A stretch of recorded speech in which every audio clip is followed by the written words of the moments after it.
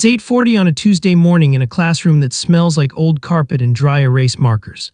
30 teenagers are hunched over their desks, and their teacher, a tired-looking man in his 50s, has just written 3 words on the whiteboard: dream career, dream home, dream car. He tells the class to write down exactly what they want their life to look like in 20 years. Pens start moving. A girl in the back row writes down a house with a pool. A boy near the window writes down a sports car and a corner office. For about 90 seconds, the room is full of hope.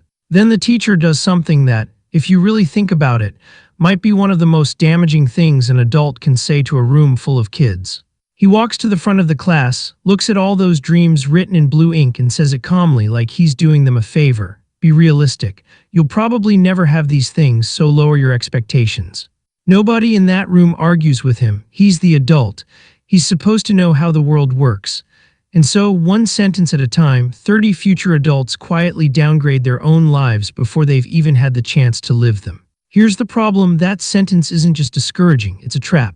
Financial psychologists have a name for what just happened in that classroom. They call it the Realism Trap, and once you understand how it works, you'll start noticing it everywhere, in your own family, in your own head, maybe even in a conversation you had last week. Because here's the truth nobody tells you in that classroom.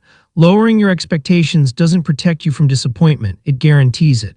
If you decide at 16 that the dream home and the dream career are unrealistic, you stop taking the actions that would have gotten you there. You stop researching, you stop saving aggressively, you stop asking for raises, you settle. And 20 years later, you look up and realize the prediction came true, not because it was true, but because you made it true by believing it.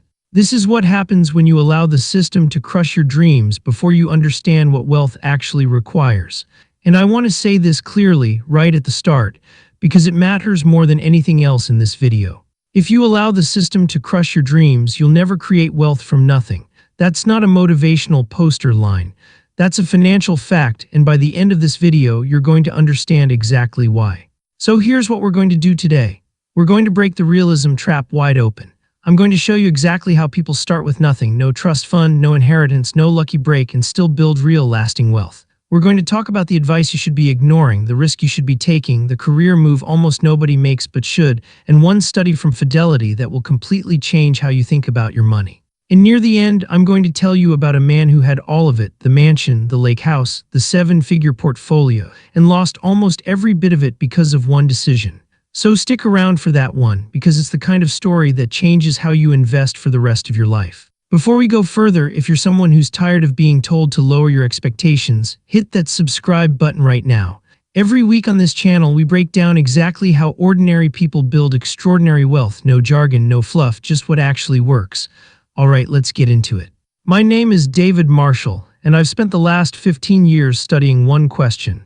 Why do some people build wealth starting from absolutely nothing, while others with every advantage in the world end up broke? I didn't grow up around money. I grew up in a house where the word investing was basically a foreign language, where the only financial advice anyone gave me was work hard and save what you can. And for years, that's exactly what I did, and it barely moved the needle. It wasn't until I started studying behavioral finance, the psychology behind why smart people make bad money decisions, that I realized the problem was never a lack of income. The problem was the mindset loop I'd been running my entire life without even knowing it. The mindset loop is simple.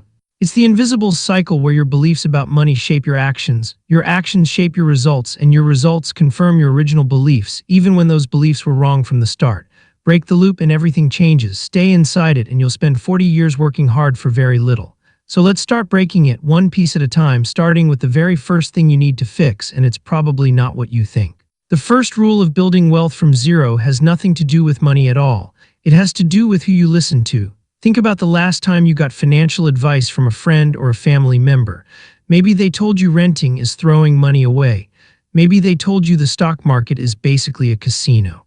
Maybe they told you to play it safe and just stick with your job. Here's the uncomfortable question you need to ask yourself before you take that advice. Has this person actually built wealth themselves? Because if the answer is no, you're not getting financial advice. You're getting an opinion dressed up as advice, and there's a massive difference between the two. This is what I call unsolicited peer advice, and it is one of the most dangerous forces working against you precisely because it comes from people who love you and mean well. Your uncle who's been at the same job for 30 years and never invested a dollar outside his pension isn't lying to you when he says the market is too risky. He believes it. But belief isn't the same as evidence. And if you build your financial life around the fears of people who never took action themselves, you inherit their limitations along with their love. This connects to something psychologists call locus of control. People with a strong internal locus of control believe their own decisions and efforts shape their financial outcomes. People with an external locus of control believe outside forces, luck, the economy, other people are what determine whether they succeed. Guess which group tends to build wealth? Guess which group tends to hand out the most unsolicited warnings about why you shouldn't even try? So here's your first actionable shift. Before you take financial advice from anyone, ask one question: what have they actually built? Not what do they believe, not what are they afraid of, what have they built? If the answer is nothing, thank them for caring about you, and then go find someone who's actually done what you're trying to do. This single filter alone will save you years of wasted time. But knowing who to listen to is only half the battle. The other half is what you do when you actually hit a wall, and most people handle it completely wrong. Here's a scenario. You're $3,000 short of where you need to be for a down payment or a business investment or an emergency fund. What does the average person do? They pick the very first solution that comes to mind, usually cut back on coffee or eat out less, and then they either give up or grind through it feeling miserable the entire time. People who actually escape zero do something different, and it sounds almost too simple to matter, but it works. When they hit a financial obstacle, they force themselves to write down 10 different possible solutions before they act on any of them. Not 1, not 3, 10. Why 10? Because your first 3 ideas are always the obvious ones, the ones anyone would think of in about 5 seconds. Cut expenses, get a side job, sell something. Those aren't bad ideas, but they're rarely the ideas that actually move the needle. It's usually somewhere around solution number 6 or 7 where things get interesting. Maybe it's negotiating a bill you assumed was fixed. Maybe it's realizing you have a skill you've been giving away for free that other people would gladly pay for. Maybe it's a completely different structure for the problem entirely, one you never would have found if you'd stopped at solution number 2. This is what separates people who stay stuck from people who break through. It's not intelligence, it's not luck. It's the willingness to sit with a problem long enough to actually explore it instead of grabbing the first exit sign you see.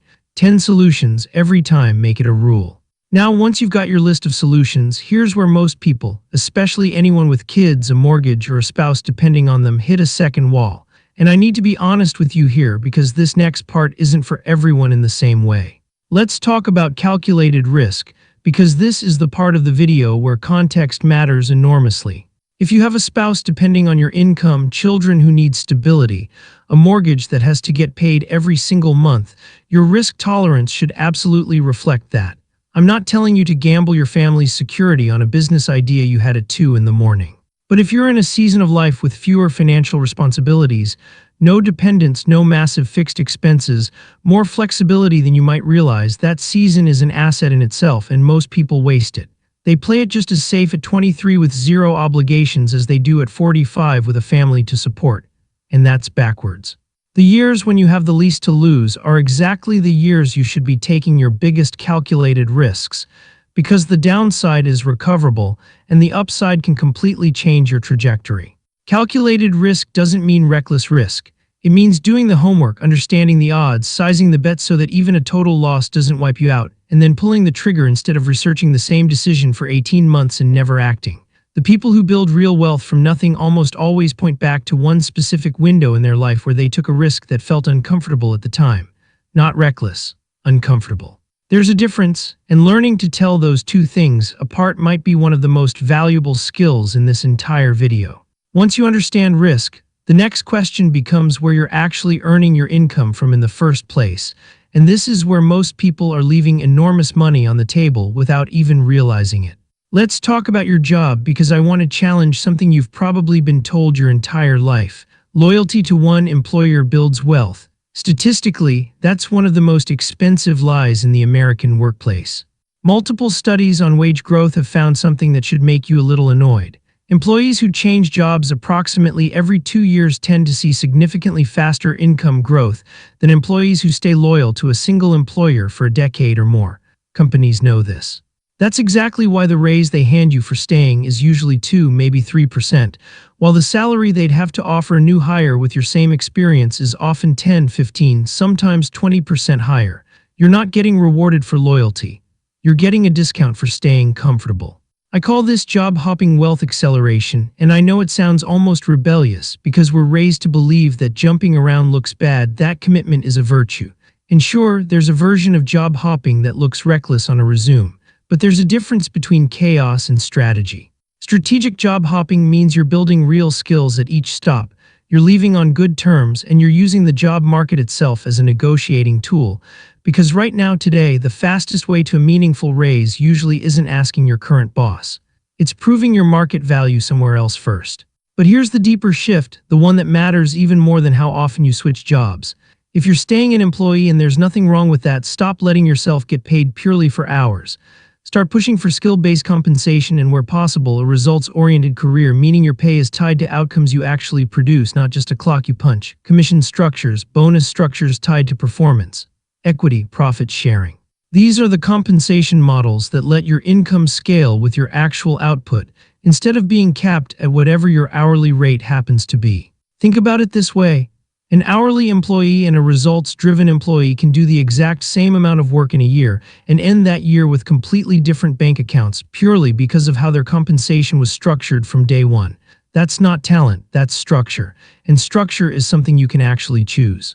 Now, everything I've told you so far is about how you earn and how you think. But none of it matters if you don't know what to actually do with the money once you have it. And this next part, I need you to really sit with. Because I'm about to tell you about a man who had more money than most of us will ever need, and lost it all in less than 18 months. His name was Marcus Calloway.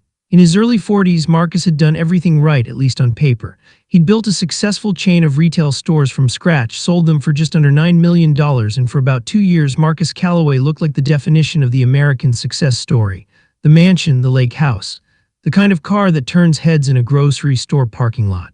Here's where it went wrong, and I want you to pay close attention because this exact mistake is happening right now quietly to people who think they're too smart for it. Instead of spreading that $9 million across different asset classes, Marcus met a group of investors who convinced him to pour the overwhelming majority of his fortune into a single, heavily leveraged commercial real estate structure. The pitch was incredible. Guaranteed returns, they said. Insider access, they said. This is how truly wealthy people multiply money fast, they said. For the first year it worked. Marcus was thrilled. He told friends he'd cracked the code that regular investors never figure out. He started talking about buying a second property using the paper gains from the first one, more leverage on top of leverage. Because when you're winning, leverage feels like a superpower. Then the market shifted. Interest rates moved against the structure. The leveraged debt that had been amplifying his gains started amplifying his losses at the same speed, except in the opposite direction. Because almost everything Marcus owned was tied to this one investment, there was no other part of his portfolio to absorb the hit. No three-fund index portfolio sitting quietly in the background, no diversified real estate, no dividend-paying stocks generating separate income. Just one enormous, leveraged bet crumbling in real time. Within 18 months, Marcus Calloway had lost almost everything. The mansion sold at a loss to cover margin calls. The lake house went next. Friends who used to ask him for investing advice stopped calling. And the most painful part of the story, the part Marcus himself has talked about publicly since, is that the collapse wasn't about bad luck or a bad market. It was about one decision made years earlier. The decision to put nearly all his eggs in a single leveraged basket, made worse by greed at the moment he should have been protecting what he'd built. I bring up Marcus Calloway not to scare you out of investing. I bring him up because his story is the single clearest illustration of a rule I need you to actually live by, not just nod along to. Never invest in something you don't understand, and never put all your eggs in one basket. Marcus understood the pitch. He never actually understood the structure underneath it, and by the time he did, it was already too late. So now that you know what not to do, let's talk about exactly what you should be doing instead, starting with one Fidelity study that will change how you think about timing the market for the rest of your life. Fidelity, one of the largest investment firms in the country, ran an analysis on the S&P 500 covering several decades of market data, and what they found should be required reading before anyone opens a trading app. If you had stayed fully invested in the S&P 500 across that entire multi-decade period, your returns would have compounded as you'd expect. But here's the part that stops people cold. If you had simply missed the 5 best trading days across that entire multi-decade stretch, just 5 days out of literally thousands, your overall returns would have dropped by 38%. Miss the 10 best trading days and your returns collapse by 55%. Read that again because most people don't grasp what it means the first time they hear it. This isn't about being wrong on your predictions. It's about being out of the market entirely for a tiny handful of days and losing more than half your potential gains because of it. And here's the twist that makes this study so important. Nobody rings a bell on the best trading days. They almost always happen during periods of maximum fear, right after a crash, right in the middle of a recession scare, exactly when panicked investors are pulling their money out because it feels like the safest thing to do. This is why trying to time the market, waiting for the perfect moment to jump in, jumping out the second things look scary, is one of the most quietly destructive habits in personal finance. The Fidelity Best Days study proves with actual numbers that consistent long-term participation beats clever timing almost every single time. You don't need to predict the market. You need to survive in it patiently for a very long time and let compounding do what compounding does. So if timing isn't the answer, what actually is? It comes down to a structure so simple that most people assume it must be missing something, and I promise you it isn't. This is called the three-fund portfolio, and it is without exaggeration one of the most quietly powerful tools available to an everyday investor. 3 pieces, that's it. The first piece is a total U.S. stock market index fund, giving you ownership in essentially the entire American economy in a single purchase. The second piece is a total international stock market index fund, so your wealth isn't entirely dependent on one country's economic performance. And the third piece is a total bond market fund, which adds stability and cushions the ride when stocks get volatile. 3 funds, no stock picking, no trying to guess which company is the next big winner. No paying a financial advisor a hefty percentage every year to do something a low-cost index fund already does automatically. You decide your allocation based on your age and your risk tolerance, you set it up, and then, and this is the hardest part for most people, you leave it alone. The 3-fund portfolio works because it captures the benefits of asset diversification without requiring you to be a financial genius. It's boring, it's unglamorous. Nobody's going to be impressed at a dinner party when you tell them your whole strategy is basically 3 index funds. But boring, consistent, and diversified is what built long-term wealth accumulation for millions of ordinary investors, while flashy, concentrated bets like the one Marcus Callaway made are what quietly destroy fortunes. But here's something important. A 3-fund portfolio is a phenomenal foundation. It is not on its own the entire wealth-building strategy, and if you stop there, you're leaving opportunity on the table. The final piece of breaking the realism trap for good is understanding that your job, the one generating your active income right now, was never meant to be the finish line. It was meant to be the fuel. Your time should be spent building active streams to feed passive assets. That's the entire game in one sentence. Every dollar your job produces isn't just for spending. Some of it needs to be redirected into assets that keep generating income long after the work that earned it is finished. Real estate is one of those assets, whether that's a rental property producing monthly cash flow or a real estate investment trust that lets you own property exposure without ever fixing a leaking faucet at 2 in the morning. Dividend-paying stocks are another, companies that share a portion of their profits with you simply for owning a piece of them, turning your portfolio into something that pays you to hold it. Intellectual property is a third, and this one gets overlooked constantly. A book, a course, a piece of music, a patent, something you build once that keeps generating income for years without you rebuilding it from scratch every single month. And for those with more capital available, high-end collectibles, art, rare items, certain vintage assets can also serve as a store of value that moves somewhat independently from the stock market entirely. The point isn't that you need all 4 of these tomorrow. The point is that relying on a single income source, even a great one, is its own form of financial risk, the exact same mistake that took down Marcus Callaway, just wearing a different outfit. Diversification isn't only about which stocks you own. It's about how many different directions your money can come from when one of them inevitably slows down. So let's go back to that classroom for a second, because that's really where this whole video started. A teacher telling 30 kids to lower their expectations wasn't lying to be cruel. He was repeating a script that had been handed to him, the same realism trap that gets passed down generation after generation, disguised as wisdom. But now you know what actually breaks that loop. Filtering out advice from people who have never built anything themselves.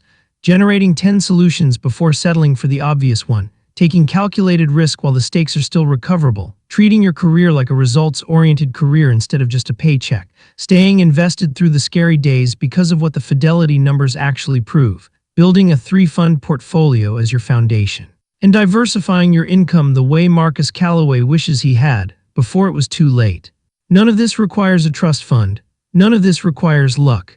It requires a decision right now today to stop being realistic about how small your life should be and start being realistic about how far consistent, informed action can take you. If this video gave you one thing worth acting on, subscribe to David Marshall Finance, because next week we're breaking down another piece of the wealth building puzzle nobody talks about. I'll see you in the next one.